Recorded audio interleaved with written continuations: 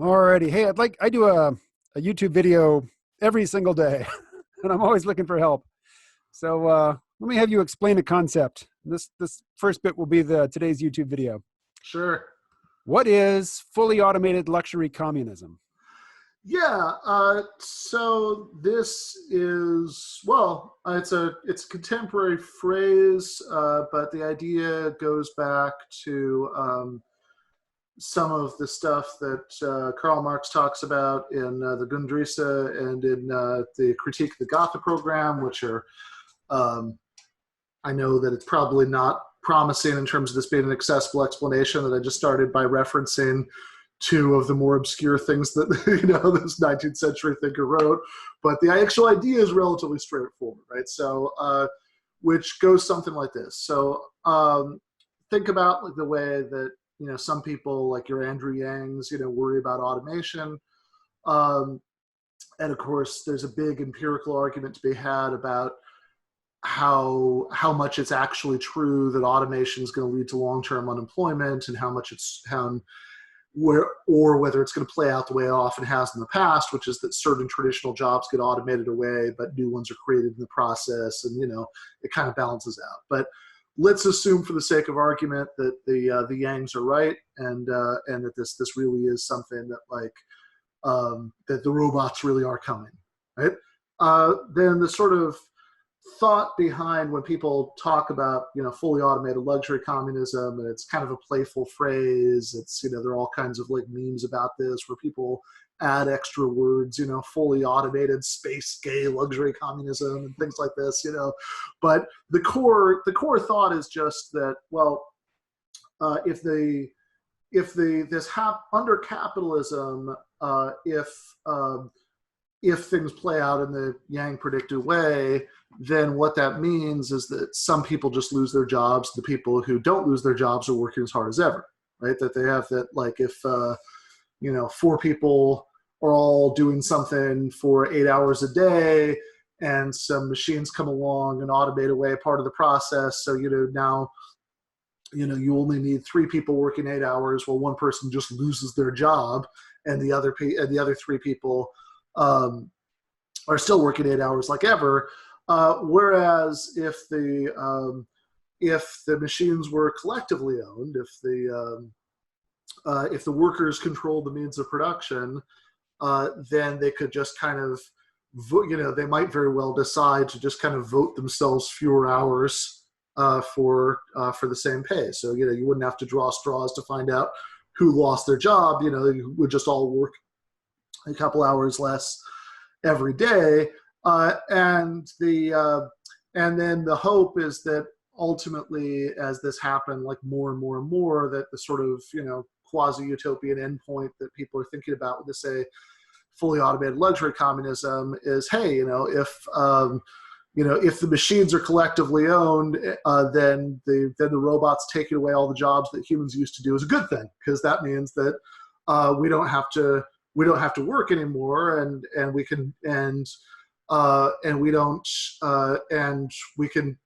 de-link that from income, right? We could just sort of have the bounty of all this technology, and we can just all kind of live off of that without having to work, right? That's the sort of, strictly speaking, right? That's the idea when people say fully automated luxury communism, that we could all just sort of, if the machines are collectively owned and all the work humans used to do is automated away, then we can all just kind of live in luxury. I think that, of course, it's probably not realistic to think that things would entirely, even if you help yourselves to some very Yangy assumptions, it might not be realistic to think that things would entirely work out this way. Depending on how techno-utopian you're willing to get, right? Are you really willing to go along with this kind of like these ideas about the coming technological singularity, that we're going to get, AI that will build, better AIs and stuff like that, and you completely cut humans out of the process, or are you not quite as bullish on it as that? But even if you're not quite as bullish on it as that, you Not could. everybody who takes, recursive self-improvement by artificial intelligence seriously is bullish. A lot of them think that that's something, to be very concerned about, that it leads to a lot of potential bad outcomes. Yeah, yeah. So right, the sort of Werner Vinge version of thinking about the singularity that that we're that we don't have. If you think about the sort of range of ways that human beings have treated creatures significantly less intelligent than us, that's there's really something to worry about there. Which, by the way, that was the most fun reason I've ever had anybody give me for saying they're majoring in philosophy was years ago. There was I was teaching an online class at Rutgers, and I was like Skyping with a student at the end of the semester, and he was saying that he was a computer science major, but he wanted to take on a double major in philosophy because his goal was to both develop true artificial intelligence and discover a objective foundation for ethics. We could teach it to the AI so they wouldn't want to kill us. Mm-hmm. Friendly AI is the name of that field of study. Yeah. So, are you familiar with Eliezer Yudkowsky? It rings a bell, I can tell you.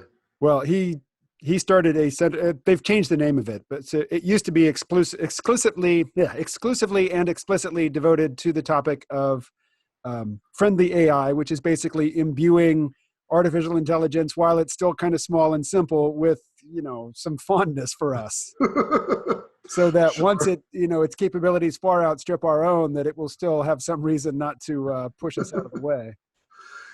And Yeah. an interesting thing about that, it's a very geeky project, but Yeah. a lot of the people who were very interested in it early on were also early Bitcoin investors, and so now they are quite wealthy. Okay. So Yeah. his project, which goes by a different name now, is very well funded, Okay. Interesting. which Yeah. to me is good news. Yeah.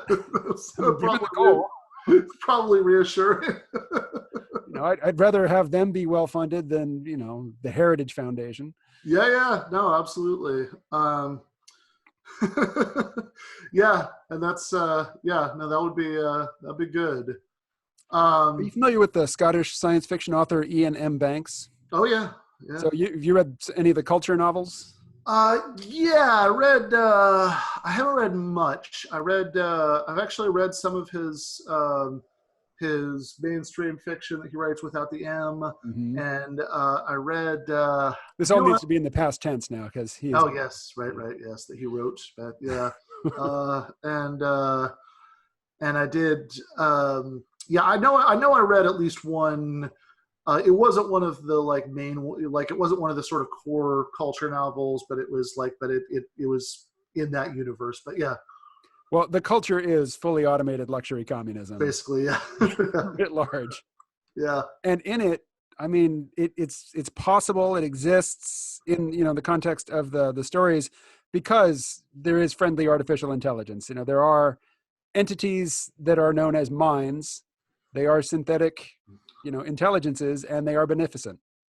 And if they weren't, there couldn't be a culture. Right. That they're, that because they're fond of us and it takes some completely trivial part of their processing power to take care of all of our needs. Right. So they've got their own projects, but they which is the idea that one of the best case scenarios is that whatever species arises to take the place of humanity as the primary decision maker in this civilization, we might end up as their pampered pets. Right. Which for some people is a nightmarish scenario, but not when you compare it to many of the alternatives. Yeah, absolutely.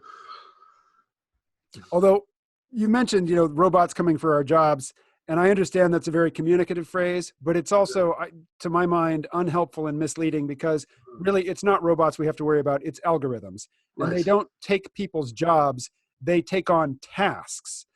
Anybody's job is going to have a variety of tasks in it.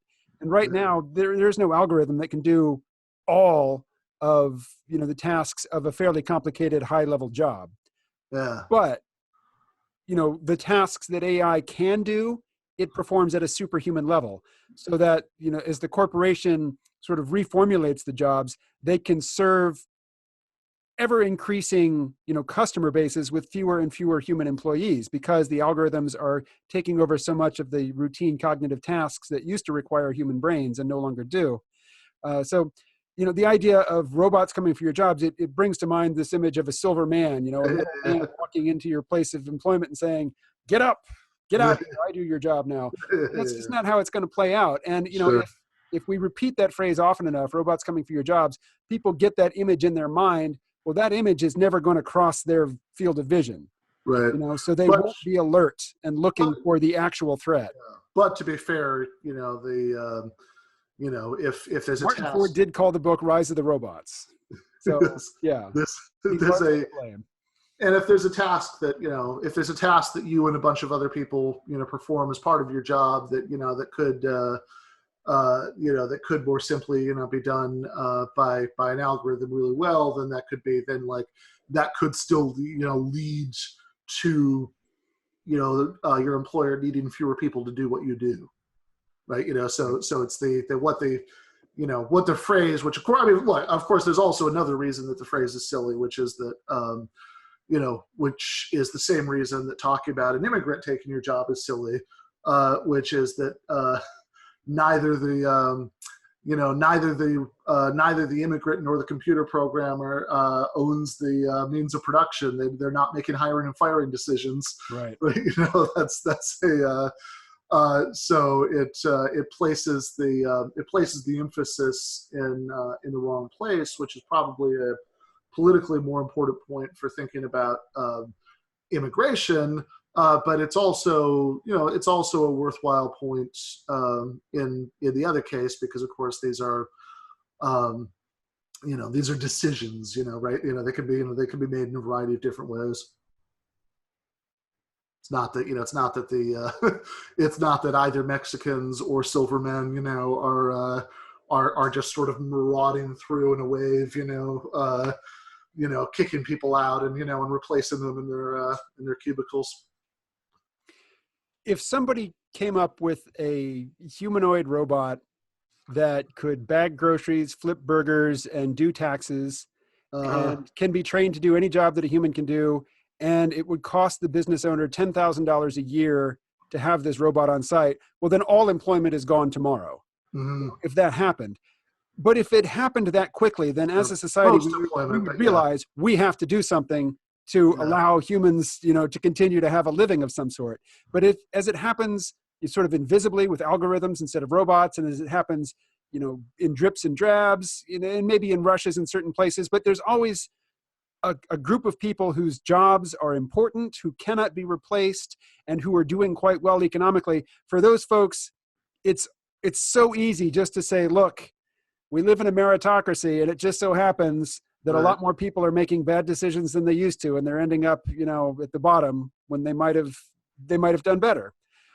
So as it happens invisibly and slowly, we don't have any shared sense of urgency to adopt a new economic system. Yeah, no, that's right. So, I think it is a sort of useful thought experiment to kind of think about what the options are if you did have that really dramatic all at once substitution of the actual robots for all the jobs, right? Or maybe even like that, because so Peter Fraze has a book about this called Four Futures, where he talks about the sort of different the different combinations that you could have given something like full automation, and depending on he's got two factors, so it works out to four variations. The very familiar four-quadrant graph. Yes, very familiar four-quadrant graph. Seen him a million times. So how do you spell his last name? Frase. Go ahead.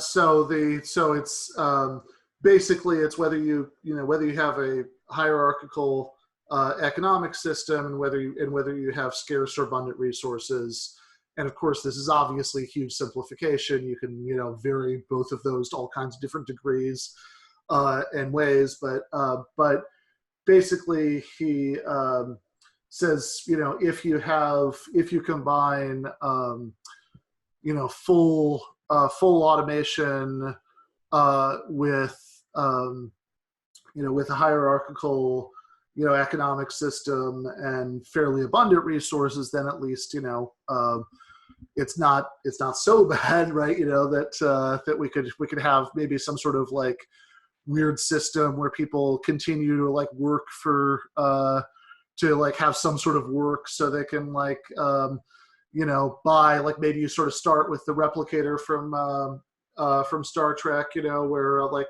Picard orders his Earl Grey tea hot, and then like say, okay, but if you still had capitalism, maybe the way that would work to like enforce artificial scarcity is that you would still have like intellectual property. So like, you'd have to like pay a small fee to like whoever owned the pattern for Earl Grey tea every time you use the replicator, and people would still work in some way for that.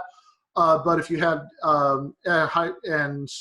if you had a non-hierarchical economic system and abundant resources, then you could have something like fully automated luxury communism. Star Trek actually seems like fully automated luxury communism, and it's mostly a flat hierarchy, outside of Starfleet. Starfleet, yeah. And I think Starfleet might be there just for those people who, are really addicted to hierarchy. They really want somebody to be their superior, and yeah. Really one of your only options in life in the Federation to get that is to join Starfleet. Right. So that you have a boss. Yeah. If it's really important to you, you rise through, some sort of structure. They've created Starfleet as an outlet, for those people, so they don't interfere with the main society at home. So that could very well be right. And then more disturbing. I've heard you dumping dirt on Star Trek before, and I'm afraid I can't let that go unanswered.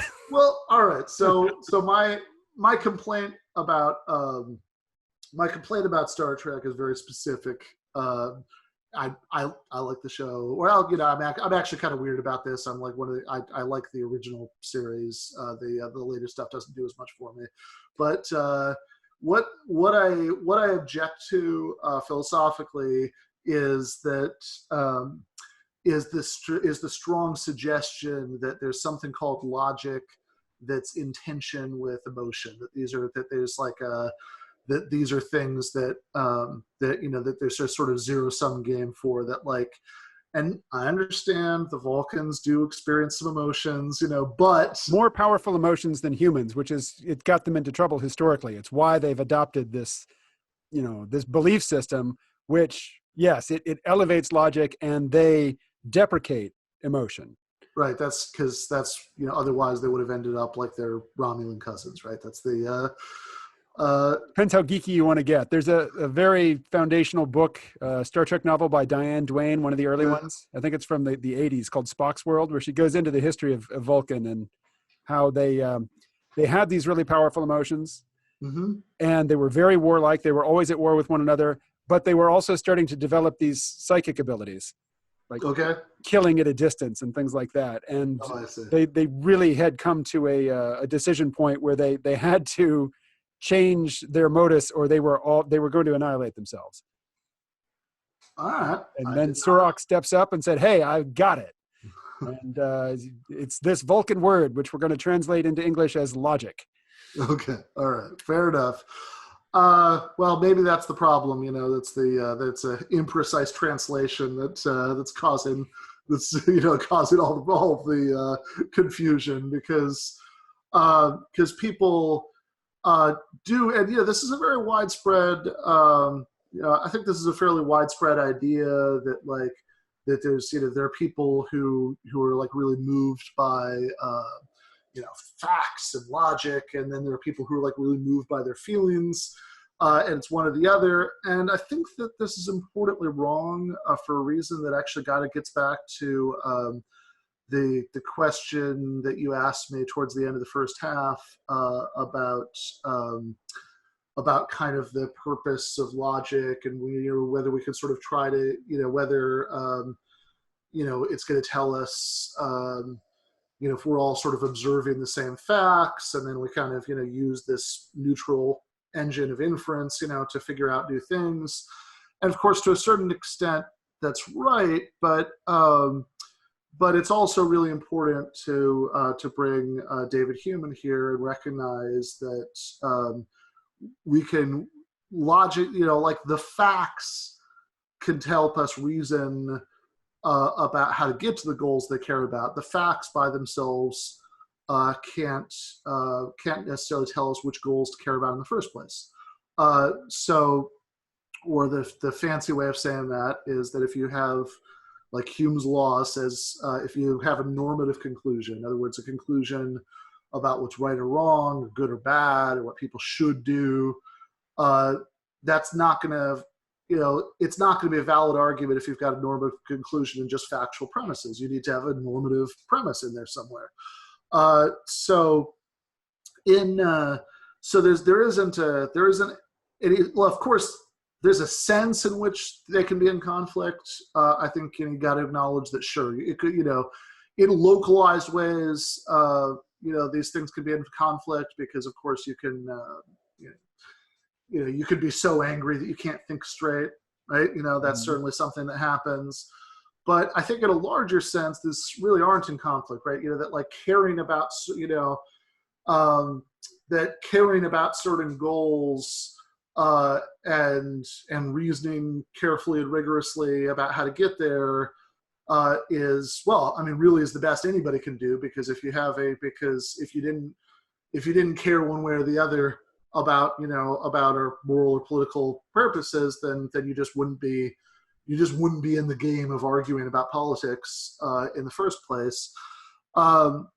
So it's really impossible to have any kind of moral or political conclusion where you don't have, where the feels aren't playing some sort of background role in helping you decide, what you're aiming at. It's been a couple decades since I really looked into this issue. Yeah. So I can't quote. Sure, I can't cite any research, but there's been a fair amount of psychological research which indicates that, somebody who is emotionally detached or, emotionally compromised in some way, not compromised in that they're upset, but compromised in that they're not feeling emotion, they tend to not make very good decisions. Not feeling emotion is a cognitive deficit, and it affects cognition in ways that you wouldn't necessarily expect. Yeah, no, that's interesting. I would, that makes a lot of sense, actually. So, which gets back to, which gets back to the robots that, if, need to, inculcate them, some sort of warm feelings, towards us, so that, or some equivalent thereof, or some equivalent thereof. Yeah, absolutely. Yeah, I mean, I think, I'm not a, so, I mean, I tend to think that when, that like we're probably, as far as I can, tell as a layman, that we are in fact far enough away from having the, sentient, genuine AI that's that I'm less worried about, I'm less worried about Skynet, than I am about just like increasing economic inequality, as a result of some of these technological trends. But that said, I am at core probably enough of a nerd to be happy that like somebody is funding research into making potential future AI like us. Yes. Friendly AI. I think maybe that term has fallen out of favor. Sure. But it was the term of art at one point. I'm not sure what they say now. Well, hey, Ben, I have to get to work on a comic strip, so it has been enjoyable. Yeah. I will send you links when this material is available. All right. It was a lot of fun. Thanks. Thank you much. Bye-bye. Bye.